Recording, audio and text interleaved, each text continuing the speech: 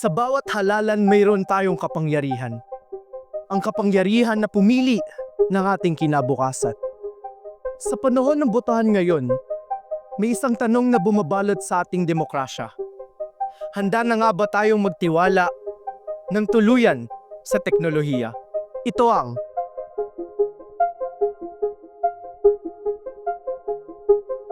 Online voting. Matagal na itong konsepto.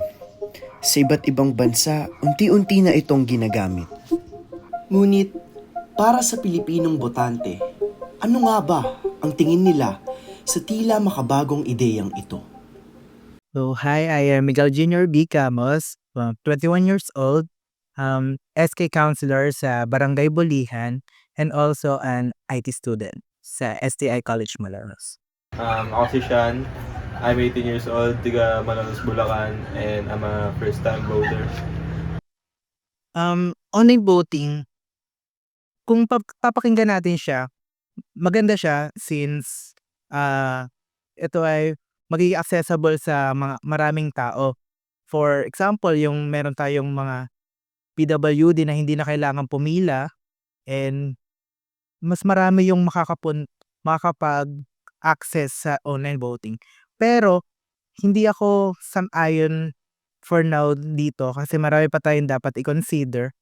Ito nga yung mga cyber security natin, hindi pa rin naman siya ganong katibay. And for me, traditional pa rin yung mas akma sa panahon natin.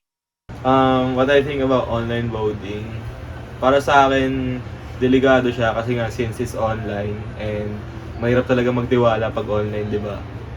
Para sa akin, hindi ako komportable magbumoto pag online. Maaari kasi itong ma-hack or ganun, something may mangyari.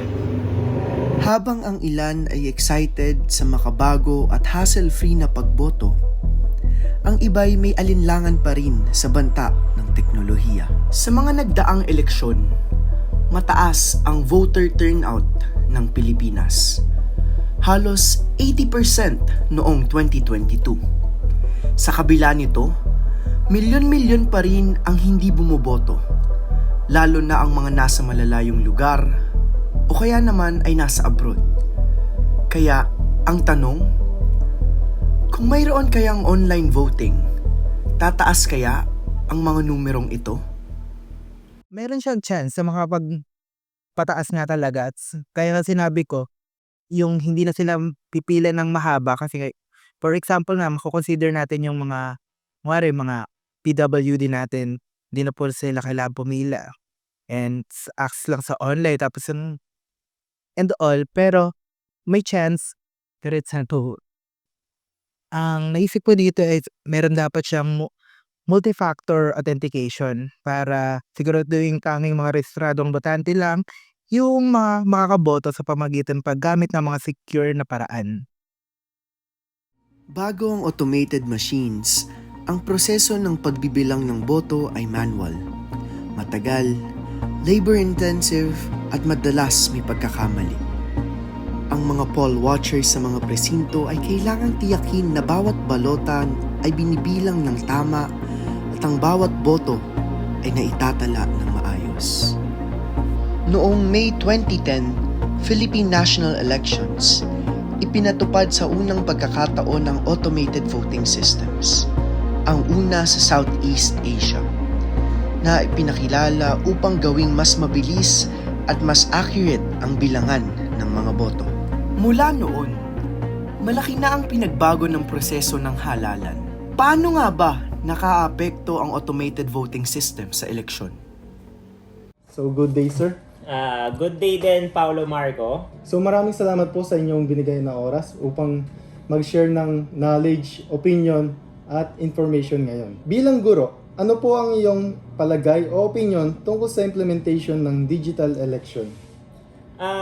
With regards naman sa implementation of digital election, lagi naman po tayo, pag tayo lagi sumasagot, lagi siyang may pros and cons. Pros, of course, yung speed. Yung speed ng ng pagbibigay ng resulta. Kasi number one, I think on my own opinion, matagal na tayo nung simulang ginawang digitalize ang election, automatically na for me digital na 'yon. Kasi gumamit na po tayo ng ICT doon. Wherein nakita po natin yung bilis niya compared doon sa manual election na ang mga teachers halos inaabot ng 2-3 days bago mailabas yung resulta. Okay, advantage din ito ay kahit nasa malayong lugar, kayang i-transmit agad yung resulta. So, most commonly, ang digital naman is we make it to make yung mga pagbibilang, yung mga sinasabi nating tedious labor, pagbibilang, na mas mapabilis to. Yun yung pros. Okay? For me din, somehow, since digitalized to, medyo naiiwasan nito yung sinasabing dayaan dahil digital. Doon ngayon papasok yung isa sa malaking con ng digital election. As we all know, hindi lang naman po ang digitalized ang evolve.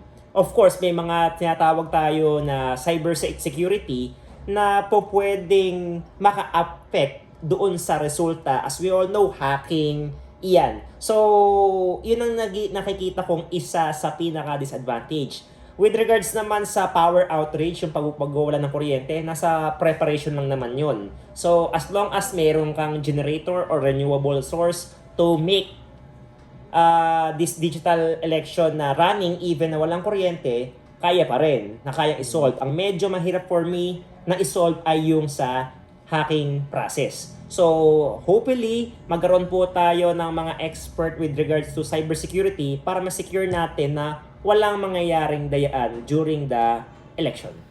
At sa paggamit ng teknolohiyang ito sa pagboto, mas nakatutulong nga ba ito? O mas nakakalito? Online voting. Parang hindi ako kumbinsido kasi sa online voting. Bakit? Kasi tingnan mo online voting. Pag online voting, hindi mo pa makikita kung sino-sino yung mga candidate. Hindi mo siya ala kang mababasa ang background nila. Kung ano, basta makikita mo lang mga pangalan nila. Hindi mo ma-meet sila personal eh. Basta gawin mo lang, ganito, ganyan. Ito yung kandidato natin sa halimbawa, mayor, vice mayor, governor, or what, iboto natin to. Pwede na, sa president, pero hindi mo naman hindi mo makikita yung background nila. Ano bang background ng mga itong kandidato na ito? Ito ba mga korupto? Yung mga senior citizen, yung iba hindi naman nila naiintindihan kung ano ba yung technology ng halimbawa paggamit sa automated machine, basta ano ba, para saan ba yun? Pero marami kasing sabihin na natin na maraming hindi nakakaintinding mga senior citizen. Kasi nasanay sila na manual ang pagboto, pati pagbilang ng mga boto, manual. Ngunit noong taong 2016, nabahiran nito ng dungis sa isang malaking data breach sa ating bansa. Ang Commission on Elections or COMELEC ay nabiktima ng isang cyber attack. Milyong impormasyon ng mga Pilipinong botante ang nabunyag. Mula noon, naging sentro ng usapin ang seguridad ng digital na halalan. Sa panahon ng online at automated voting, ano-ano nga ba ang mga potensyal na banta sa cybersecurity ng halalan? Unang-una dyan, hacking. Syempre, din natin maiiwasan yung hacking. That's mga cyber attacks. And pwede rin dito lumaganap yung phishing eh. Magagamit din yung phishing dito yung mga...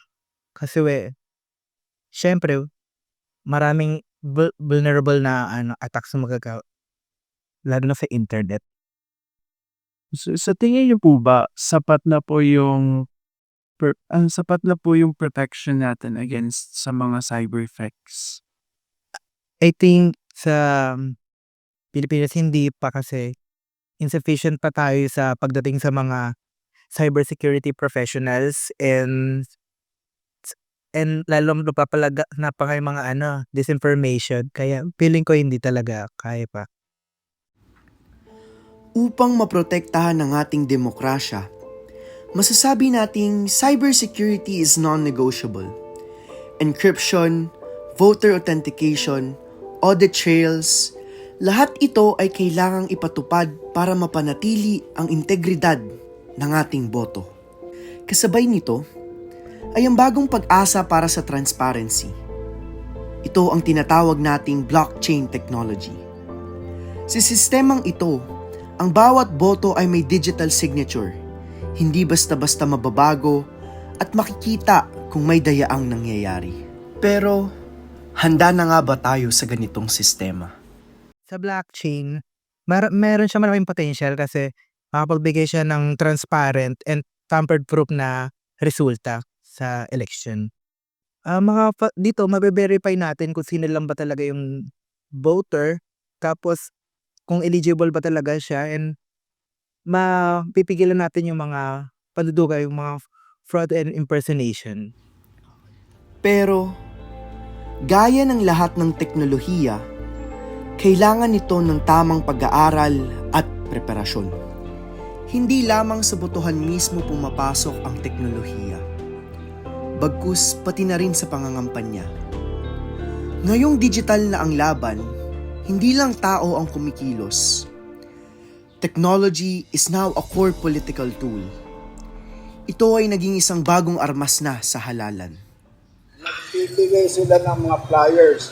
Through flyers, mababasa mo mga background na, educational background, kung ano yung mga nagawa nila.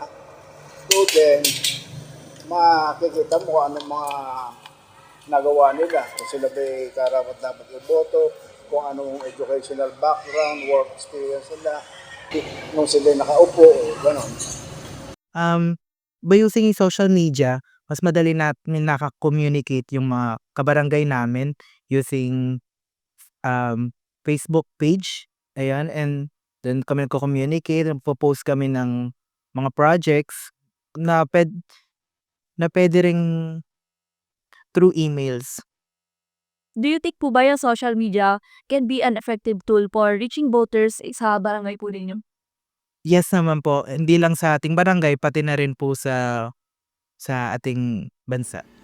Gamit ang teknolohiya, paano nga ba makakakuha ng impormasyon ng mga botante tungkol sa mga kandidato o kaya naman ay sa kanilang mga kampanya? Yung present ngayon ng technology, mas makakon ang social media para na-influensya nila ang mga tao. Kasi almost all people using cellphone. Lahat halos na may cellphone. Kaya mas na-influensya nila. Syempre ngayon, di ba, madali na lang to kasi ngayon may social media tayo. Pero ngayon dapat i-make sure natin kung matutupad ba nila yung mga goal nila. Makikita nyo na rin naman lahat ng impormasyon ng mga kandidato sa social media. Pero nasa inyo na rin naman yun kung maniniwala ba kayo sa mga goals nila. Alam naman nating makapangyarihan ang teknolohiya. Pwede nitong baguhin hindi lamang ang mensahe, kundi pati na rin ang direksyon ng halalan. Sa pagtuloy na pag-usbong nito, lumalawak din ang epekto nito sa mga desisyon ng bawat mutante, parehong sa mabuti at masamang paraan. Ang demokrasya ay hindi lamang tungkol sa teknolohiya. Ito'y tungkol sa tiwala, sa partisipasyon, at lalong-lalo na sa katotohanan. At sa panahong digital, mas kailangan natin maging mapanuri, maging handa, at maging mulat. Sa kabila ng mga teknolohiyang ginagamit natin ngayon, hindi natin dapat kalimutan na ang demokrasya ay hindi lamang tungkol sa mga makina.